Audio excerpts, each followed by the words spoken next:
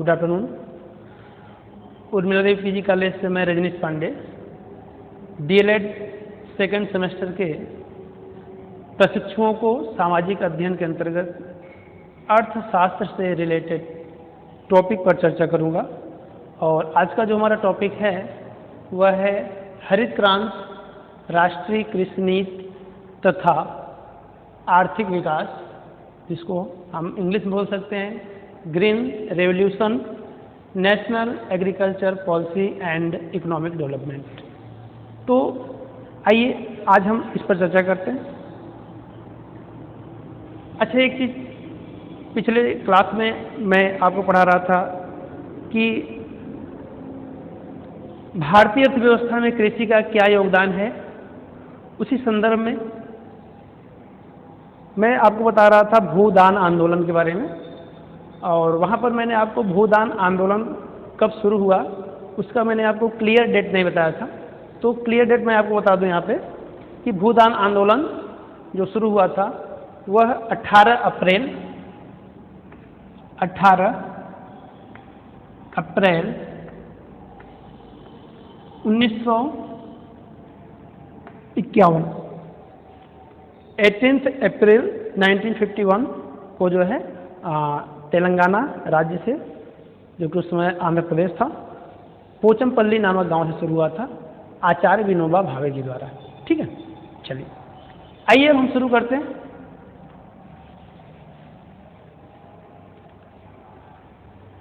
आज हम सबसे पहले शुरू करेंगे हरित क्रांति के बारे में। सबसे पहले इसमें हम आज पढ़ेंगे हरित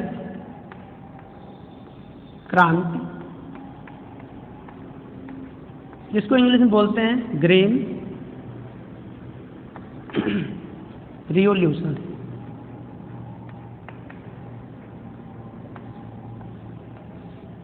बहुत ही महत्वपूर्ण टॉपिक है, आपके पाठ्यक्रम से संबंधित तो है ही, इसके अतिरिक्त अन्य सभी प्रतियोगी परीक्षाओं के लिए भी हरित क्रांति जो है बहुत ही महत्वपूर्ण टॉपिक है। तो आइए इस पर हम चर्चा करते हैं। हरित क्रांति शब्द का सर्वप्रथम प्रयोग विलियम गैड ने किया था। विलियम गैड, इन्होंने हरित क्रांति शब्द का सर्वप्रथम प्रयोग किया। हरित क्रांति के जनक किसको कहा जाता है? तो N.E. Borlaug, N.E.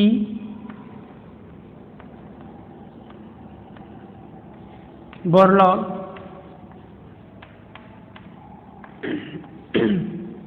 N.E. Borlaug को हरित क्रांति का जनक कहा जाता है।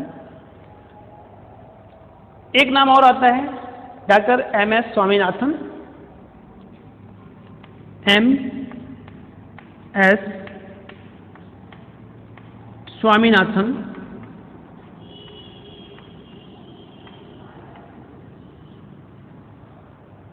इनको भी हरित क्रांति का जनक कहा जाता है, लेकिन दोनों में अंतर यह है, इनको भारत का कहा जाता है। भारत का या भारत में हरित क्रांति का जनक किसको कहा जाता है? तो M.S. स्वामीनाथन को। और विश्व स्तर की यदि हम बात करें, विश्व स्तर की यदि हम बात करें तो विश्व स्तर पर जो है हरित क्रांति का जनक किसको कहा जाता है? N.E. बोरलॉग। यदि आपसे कोई पूछता है कि या किसी एग्जाम में आता है कि हरित क्रांति का जनक कौन है या किसको कहते हैं, तो आप N.E. बोरलॉग को ही बोलेंगे। केवल जब जनक शब्द पूछता है, इसका मतलब है कि विश्व स्तर के लिए ही पूछ रहा है। यदि M.S. स्वामीनाथन के बारे में पूछ रहा होगा तो उसमें भारत शब्द जरूर लगा देगा कि भारत में हरित क्रांति का जनक कौन है, तब वहां पर आप बोलेंगे कि M.S. स्वामीनाथन है। और हरित क्रांति का सर्वप्रथम प्रयोग किसने किया? तो किसने किया? विलियम गैड ने। ये अलग क्वेश्चन आपका हो जाता है। ठीक, अब हम बात करेंगे कि हरित क्रांति क्या होता है, इसका शाब्दिक अर्थ क्या है। तो आप देखिए, हरित क्रांति हरित और क्रांति, ग्रीन और रिवॉल्यूशन, दो शब्दों से मिलकर बना हुआ। हरित या ग्रीन का अर्थ क्या हुआ? इसका अर्थ हुआ फसल से, फसल। ग्रीन क्या होता है? फसल। तो ग्रीन का मतलब क्या हुआ? फसल। क्रांति का मतलब क्या हुआ? क्रांति का मतलब होगा भारी परिवर्तन या भारी बदलाव या भारी वृद्धि। क्रांति क्या है? एक बहुत बड़ा परिवर्तन, बदलाव, वृद्धि। तो इस प्रकार से हरित क्रांति का अर्थ क्या हो गया कि फसल में भारी मात्रा में वृद्धि अथवा कृषि उत्पादन में भारी मात्रा में वृद्धि ही क्या कहलाता है? हरित क्रांति कहलाता है। हरित क्रांति का तात्पर्य यह है कि कृषि में पुराने तकनीक के स्थान पर नए तकनीक का प्रयोग करके, अर्थात कृषि तकनीक में सुधार करके कृषि उत्पादन में वृद्धि करना, भारी मात्रा में वृद्धि करना, यही क्या कहलाता है? हरित क्रांति कहलाता है। हरित क्रांति की शुरुआत कब हुई, इसके बारे में आइए संक्षेप में हम चर्चा करते हैं। हरित क्रांति शब्द का प्रयोग तो विलियम गेट ने किया, लेकिन सर्वप्रथम जो है N.E. बोरलॉग, जो कि यूएसए, संयुक्त राज्य अमेरिका के ये कृषि वैज्ञानिक थे, और इन्होंने क्या किया? इनका जो कार्यक्षेत्र था वो था मैक्सिको देश। इनका कार्यक्षेत्र क्या था? मैक्सिको में था।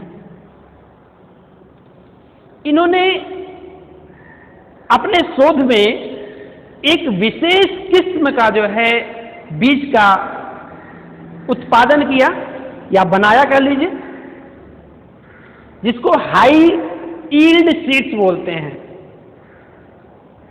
उच्च उत्पादन वाला जो है बीज का जो है इन्होंने क्या किया? निर्माण किया, बनाया। और इसके द्वारा ये ऐसा बीज था, हाई यील्ड सीड ऐसा बीज था जो है, जो सामान्य बीज से उत्पादन में 5 से 6 गुना वृद्धि करने वाला था। जब इन्होंने इसका प्रयोग किया तो सामान्य बीज की तुलना में 5 से 6 गुना अधिक पैदा देने वाला ये बीज था। मान लीजिए कोई फील्ड में किसी क्षेत्र में 1 क्विंटल उत्पादन हो रहा है सामान्य बीज से, तो इनके द्वारा जिस बीज का प्रयोग किया गया उसके द्वारा 5 से 6 क्विंटल बीज जो है 5 से 6 क्विंटल जो है उत्पादन में वृद्धि हुई। तो इस प्रकार से कहा जाए कि हरित क्रांति का सबसे पहले जो है प्रयोग कहां पे किया गया? तो मैक्सिको में किया गया। ठीक है। अब हम बात करें कि मैक्सिको में सबसे पहले हरित क्रांति का प्रयोग किया गया, तो भारत में हरित क्रांति का प्रयोग कब किया गया, या भारत में हरित क्रांति कब आई, और भारत में हरित क्रांति कब आई और क्या कारण थे आने की? भारत में हरित क्रांति क्यों आई, क्यों आवश्यकता पड़ गई भारत में हरित क्रांति की? तो आइए इस पर भी जल्दी चर्चा हम कर लेते हैं। भारत में हरित क्रांति की यदि हम बात करें, ये तो हम विश्व स्तर की बात कर रहे थे। भारत में यदि हम बात करें तो 1947 1947 15 अगस्त 1947 जब हमारा देश आजाद हुआ, स्वतंत्र हुआ, उस समय हमारे देश की जो स्थिति थी, हमारी जो इकोनॉमी थी, अर्थव्यवस्था थी, वो बहुत ही पिछड़ी हुई थी। हम बहुत गरीब थे। वैसे तो हम हमारी जो अर्थव्यवस्था है, हमारी जो अर्थव्यवस्था थी वो कृषि प्रधान अर्थव्यवस्था थी, लेकिन कृषि उत्पादन इतना कम था कि खाद्यान्न में हम आत्मनिर्भर नहीं थे। हमारे यहाँ भूखमरी की स्थिति थी, लोगों को भरपेट भोजन नहीं मिल पाता था, अर्थात हम खाद्यान्न में आत्मनिर्भर नहीं थे। क्योंकि हमारा देश जब स्वतंत्र हुआ उसके पहले 1943 की हम बात करें, 1943 में बंगाल में भीषण अकाल जो है पड़ा था, और बंगाल में जब भीषण अकाल पड़ा उसमें बहुत सारे लोग मारे गए, बहुत सारे लोग मर गए, मारे गए नहीं मतलब मर गए। क्यों मर गए? भूख से मर गए। अकाल में क्या हुआ? जब अकाल पड़ा तो उत्पादन, कृषि उत्पादन नहीं हुआ या बहुत कम हुआ। कृषि उत्पादन जब बहुत कम हुआ तो ऐसी स्थिति में क्या हुआ कि बहुत सारे लोग जो है भूख से मर गए, लाखों लोग मर गए। तो हमारे देश में खाद्यान्न संकट था, खाद्यान्न संकट की समस्या थी। इसीलिए तो पहली पंचवर्षीय योजना में ही, उसमें पंडित जवाहरलाल नेहरू जी प्रधानमंत्री थे, प्रथम पंचवर्षीय योजना में ही कृषि पर विशेष फोकस किया गया, कृषि में वृद्धि पर जो है विशेष जो है फोकस किया गया और टारगेट रखा गया, लक्ष्य रखा गया कि कृषि के उत्पादन में कैसे वृद्धि हो। इसी क्रम में आगे हम बात करें तो तीसरी पंचवर्षीय योजना 60 के दशक की अगर हम बात करें तो 1962 आपको याद होगा भारत चीन युद्ध, भारत चीन का युद्ध 1962 में हुआ। इसके 3 ही साल बाद 1965 में भारत पाकिस्तान युद्ध हुआ। युद्ध में हमारे जो इकोनॉमिक रिसोर्सेज थे, संसाधन थे, उनका क्या हुआ? नुकसान हुआ। हमारा ध्यान विकास से हटकर युद्ध की तरफ चला गया। इसके साथ ही साथ 1966 में भी क्या हुआ? सूखा पड़ गया। ऐसी स्थिति में हमारे देश में खाद्यान्न संकट की समस्या बहुत विकट हो गई थी। और ऐसी स्थिति में चूंकि उस समय हम लोग क्या कर रहे थे? हम लोग पुराने तरीके से खेती कर रहे थे, पुराने बीजों का प्रयोग कर रहे थे, जिससे खेती तो होती थी लेकिन उसकी उत्पादकता में वृद्धि नहीं होती थी। और कृषि उत्पादकता में वृद्धि न होने से खाद्यान्न पर्याप्त मात्रा में उसकी आपूर्ति नहीं हो पाती थी और लोगों के सामने खाद्यान्न समस्या का संकट था। ऐसी स्थिति में क्या हुआ कि हमारे देश का ध्यान जो है यहां पर पहुंचता है और हमारे देश के कृषि वैज्ञानिक जिनका नाम MS स्वामीनाथन, इन्होंने जो है भारत में हरित क्रांति लाने में सबसे विशेष योगदान दिया। इसलिए इनको भारत का हरित क्रांति का जनक, भारत में हरित क्रांति का जनक कहा जाता है। MS स्वामीनाथन जी जो है बोलाग से मिलते हैं, वहां से बीज ले आते हैं, यहां तक कि बोलाग स्वयं जो है भारत आता है और यहां पर जो है संकर प्रजाति हाइब्रिड बीज, शोध के द्वारा हाइब्रिड बीज का प्रयोग किया जाता है और हमारे देश में उत्पादन में विशेष वृद्धि होती है। हमारे देश का उत्पादन या उत्पादकता कह लीजिए, उसमें तीव्र गति से सराहनीय वृद्धि होती है।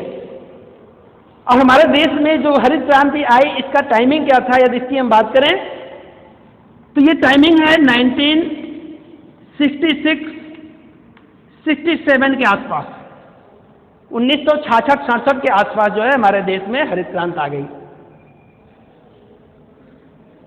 अब हरित क्रांति का क्या प्रभाव रहा, यदि इसकी हम बात करें तो हरित क्रांति में मुख्य रूप से हम बात करें तो गेहूं, चावल, सबसे अधिक वृद्धि हरित क्रांति से किस फसल में हुई, तो वह फसल का नाम है गेहूं। गेहूं के उत्पादन में सबसे अधिक वृद्धि हुई। और दूसरे नंबर पर यदि किसी फसल में वृद्धि हुई तो वो है चावल में, यानी फर्स्ट रैंक इसको है, सेकंड रैंक इसको है। सबसे अधिक क्वेश्चन आता है कि किस फसल के उत्पादन में, हरित क्रांति के कारण किस फसल के उत्पादन में सबसे अधिक वृद्धि हुई, तो उस फसल का नाम क्या है? गेहूं। यदि गेहूं के बाद किसी फसल में वृद्धि होती है तो उसका नाम है चावल। यदि इसके हम प्रभाव को देखें अन्य फसलों पर, तो तिलहन, जूट, कपास, इन सब में जो है हरित क्रांति का प्रभाव बहुत ही कम रहा। दाल के फसल में तो इसका प्रभाव, कोई प्रभाव नहीं था। और इसके बाद यदि हम बात करें इससे क्या हुआ, इससे हम कर सकते हैं कि इसका जो आप पॉजिटिव एंड नेगेटिव इफेक्ट, सकारात्मक प्रभाव और नकारात्मक प्रभाव। सकारात्मक प्रभाव में इन सब के उत्पादन में सराहनीय वृद्धि हुई। नकारात्मक प्रभाव में क्या था कि इसका जो प्रभाव था ये कुछ ही बीजों तक ही सीमित था, कुछ ही फसलों तक ही सीमित था। इसके अलावा हरित क्रांति कुछ विशेष स्थानों तक ही सीमित था, पूरे भारतवर्ष में नहीं था। विशेष रूप से हम बात करें, कुछ राज्यों की मैं बात करूं तो सबसे अधिक प्रभाव जो है पंजाब में, हरियाणा में, पश्चिमी यूपी में। इसके बाद बात करें तो आंध्र प्रदेश, तेलंगाना, महाराष्ट्र, इन सब राज्यों में ही इसका प्रभाव अधिक आपको देखने को मिला। और इन सब में भी सबसे अधिक प्रभाव पंजाब में आपको देखने को मिला। तो इस प्रकार से हम बात करें कि हरित क्रांति हमारे देश में आई, और हरित क्रांति आने के बाद हमारे देश में कृषि उत्पादन में सराहनीय वृद्धि हुई, तीव्र वृद्धि हुई। और आज की स्थिति ये है कि हम जो है क्या हो गए, खाद्यान्न में आत्मनिर्भर हो गए। हमारे कृषि उत्पाद विश्व स्तर में पर जो है हम गिने चुने देशों में हो गए। हमारे तमाम जो है कृषि उत्पाद पहले नंबर पर, दूसरे नंबर पर, विश्व में तीसरे नंबर पर हो गए। कहाँ हमारे यहाँ खाद्य संकट थी, कहाँ हमारा जो है विश्व में गिने चुने देशों में जो है कृषि उत्पाद में जो है हमारी गिनती होती है। तो इस प्रकार से हम आपको बताएं कि हमारे देश में हरित क्रांति आने से हमारे देश में कृषि उत्पादन में बहुत ही सराहनीय वृद्धि हुई। और इसके जो है हम विशेष यदि इसकी हम बात करें तो इस क्रांति में क्या बात थी कि इसका जो उद्देश्य था वह था कि कृषि सिस्टम में कृषि का विकास, कृषि विकास कैसे हो, उसके लिए कृषि तकनीक में सुधार करके, पहला उद्देश्य कृषि तकनीक में सुधार करना, उसके बाद कृषि उत्पादन में भारी मात्रा में वृद्धि करना। कृषि तकनीक में सुधार का मतलब यह हुआ कि उत्तम किस्म के, अधिक उपजाऊ किस्म के जो बीज थे उनका प्रयोग करना, रासायनिक उर्वरकों का प्रयोग करना, सिंचाई सुविधाएं जो है उपलब्ध कराना, ये सारी चीजें, आधुनिक कृषि यंत्रों का प्रयोग करना, आधुनिक तकनीक का प्रयोग करना, वैज्ञानिक तरीके से खेती करना, जिससे कृषि उत्पादन में क्या हो, तेजी से वृद्धि हो, कृषि उत्पादकता में तेजी से वृद्धि हो। यही क्या कहलाता है, हमारा हरित क्रांति कहलाता है। हरित क्रांति से संबंधित और बहुत सारी क्रांतियां आई, जैसे आपका श्वेत क्रांति,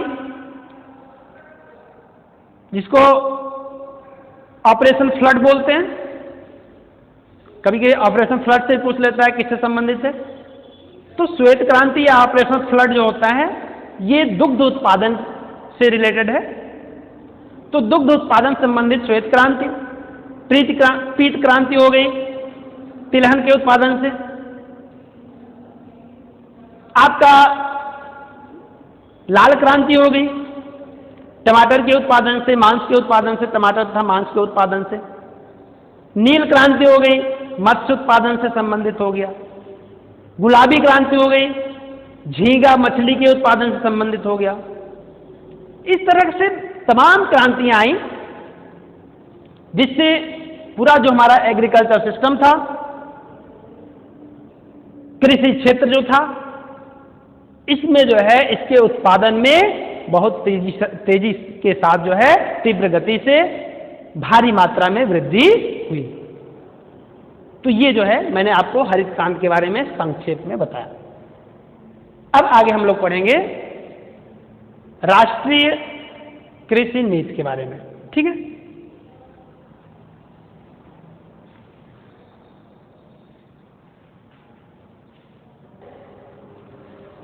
आइए हम लोग चर्चा करते हैं राष्ट्रीय कृषि नीति के बारे में। इसको हम राष्ट्रीय कृषि नीति 2000 भी बोलते हैं, राष्ट्रीय कृषि नीति 2000 या भारत की कृषि नीति भी इसको हम बोलते हैं 2000। यहाँ पर 2000 इसलिए लगा हुआ है क्योंकि हमारे देश में कृषि विकास के लिए कृषि संबंधित चुनौतियों को ध्यान में रखते हुए कृषि क्षेत्र में विशेष विकास हो, कृषि उत्पादकता में वृद्धि हो, ग्रामीण अवसंरचना सुदृढ़ हो, कृषि व्यवसाय के रूप में लाभकारी हो। इन सब बातों को ध्यान में रखते हुए 28 जुलाई सन 2000 को भारत में राष्ट्रीय कृषि नीति लागू की गई, जिसको राष्ट्रीय कृषि नीति 2000 के नाम से जानते हैं। इस कृषि नीति की कुछ इसके उद्देश्य हैं, आइए इस पर हम चर्चा करते हैं। इस कृषि नीति की पहला उद्देश्य है कि कृषि उत्पादन में 4% से अधिक की वार्षिक वृद्धि दर हो, यानी कृषि उत्पादन में जो वार्षिक वृद्धि दर का लक्ष्य रखा गया, टारगेट रखा गया, वो कितना था? 4% से 4% से अधिक का। ठीक है। सेकंड है हमारे संसाधनों का, यानी इस कृषि क्षेत्र में जो विकास हो वह इस प्रकार से हो जिससे हमारे संसाधनों का कुशलतापूर्वक उपयोग हो और हमारी भूमि, जल एवं जैव विविधता को सुरक्षित रखा जा सके। कहने का तात्पर्य क्या है कि इसका उद्देश्य, इस कृषि नीति का उद्देश्य क्या था कि जो भी हमारे एग्रीकल्चर से रिलेटेड जो भी संसाधन हैं, रिसोर्सेस हैं, उनका कुशलतापूर्वक उपयोग किया जाए। इसके साथ साथ हमारी जो भूमि है, जल है, जैव विविधता है, ये क्या रहे? सुरक्षित भी रहे। संसाधनों का हम कुशलतापूर्वक उपयोग भी करें और हमारे ये जो है भूमि, जल, जैव विविधता, ये सब क्या हो? सुरक्षित भी रखा जा सके। इसको ध्यान में रखते हुए हमको विकास करना है, समता के साथ विकास करना है। कृषि में, कृषि उत्पादन में जो हम वृद्धि कर रहे हैं, कृषि क्षेत्र में जो हम विकास की बात कर रहे हैं, वो विकास कैसा हो? समता के साथ विकास हो, है ना। अर्थात किसी भी क्षेत्र में असंतुलन की स्थिति उत्पन्न न हो, समता के साथ हमको विकास करना है। ये भी इसका उद्देश्य था। और अंतिम उद्देश्य क्या है कि ऐसा विकास जो प्रौद्योगिकी, पर्यावरणीय एवं आर्थिक दृष्टि से पोषणीय हो, सस्टेनेबल हो, टिकाऊ हो। कहने का तात्पर्य क्या हुआ? तात्पर्य ये है, इसका उद्देश्य, इसका तात्पर्य ये है कि हम कृषि संसाधनों का ऐसा उपयोग करें जो कि उचित, अच्छे ढंग से, कुशलतम ढंग से। हमें संसाधनों का दुरुपयोग नहीं करना है, क्योंकि यदि हम संसाधनों का दुरुपयोग करेंगे तो आने वाली पीढ़ी को क्या होगी? संसाधनों का जो है उसकी कमी पड़ सकती है, हमारे जैव विविधता को खतरा हो सकता है। तो कहने का तात्पर्य है कि हमको संसाधनों का इस प्रकार से उपयोग करना है ताकि आने वाली पीढ़ी को कोई संकट उत्पन्न न हो, सुरक्षित ढंग से। इन सबको सुरक्षित रखते हुए हमें पोषणीय विकास करना है। ये जो है इसका उद्देश्य रहा राष्ट्रीय कृषि नीति 2000 का। ठीक है, आइए अब हम लास्ट में बात करते हैं इकोनॉमिक डेवलपमेंट, आर्थिक विकास के बारे में। ठीक है,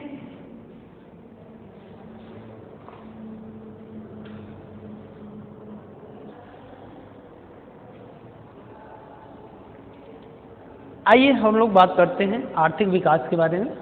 आर्थिक विकास, जिसको इंग्लिश में हम इकोनॉमिक डेवलपमेंट कहते हैं। आर्थिक विकास सामान्यतः देखा जाए तो विश्व के सभी देशों की जो है समस्या है, चुनौती है। आर्थिक चिंतन का केंद्र है आर्थिक विकास। आर्थिक विकास के बारे में यदि हम बात करें तो कुछ अर्थशास्त्रियों ने इसको परिभाषित किया है। यहाँ पर मैंने लिखा है मायर एवं बाल्डविन के अनुसार इन्होंने क्या परिभाषित किया कि ईडी अर्थात आर्थिक विकास एक ऐसी प्रक्रिया है जिसमें दीर्घकाल में अर्थव्यवस्था की वास्तविक राष्ट्रीय आय में वृद्धि होती है। आर्थिक विकास एक ऐसी प्रक्रिया है जो दीर्घकाल में, इसका मतलब क्या हुआ कि जो अर्थशास्त्र के अंतर्गत जो मैं बात कर रहा हूं, आर्थिक विकास की जो मैं बात कर रहा हूं, आर्थिक विकास एक दीर्घकालीन प्रक्रिया है। कैसी प्रक्रिया है? दीर्घकालीन प्रक्रिया है, दीर्घकाल की बात करता है ना, जिसमें जो है अर्थव्यवस्था की वास्तविक राष्ट्रीय आय में वृद्धि को बताता है। यानी इकोनॉमिक डेवलपमेंट क्या बताता है? देश की आर्थिक अर्थव्यवस्था की जो वास्तविक राष्ट्रीय आय है उसमें वृद्धि को जो है कौन बताता है? हमारा इकोनॉमिक डेवलपमेंट बताता है। दूसरी परिभाषा है आर्थर लुईस। आर्थर लुईस के अनुसार आर्थिक विकास का अर्थ प्रति व्यक्ति उत्पादन में वृद्धि होना है। आर्थिक विकास क्या है? आर्थिक विकास तब माना जाएगा जब किसी देश में प्रति व्यक्ति उत्पादन में क्या हो रहा हो? वृद्धि हो रहा है, इसमें इंक्रीमेंट हो रहा है। इसी को हम क्या कहते हैं? आर्थिक विकास कहते हैं। मैंने आपको बताया कि आर्थिक विकास, इन परिभाषाओं से जो है स्पष्ट क्या होता है कि आर्थिक विकास क्या है? एक दीर्घकालीन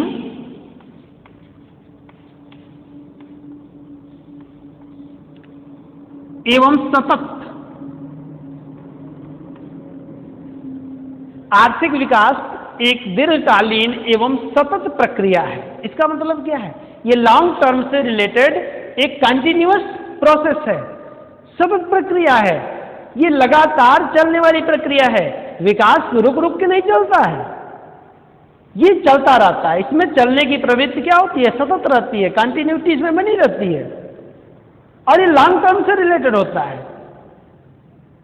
मैंने भी बात किया कि जो इकोनॉमिक डेवलपमेंट है ये क्या है?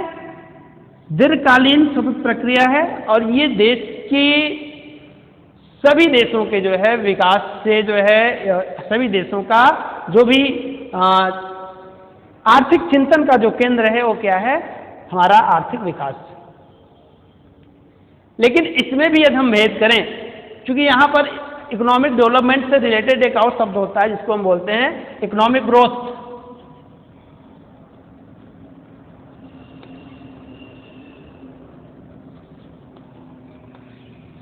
आर्थिक समृद्धि या आर्थिक वृद्धि। तो आर्थिक समृद्धि और आर्थिक विकास दोनों कहने के लिए एक ही शब्द लग रहे हैं, लेकिन दोनों में अंतर होता है।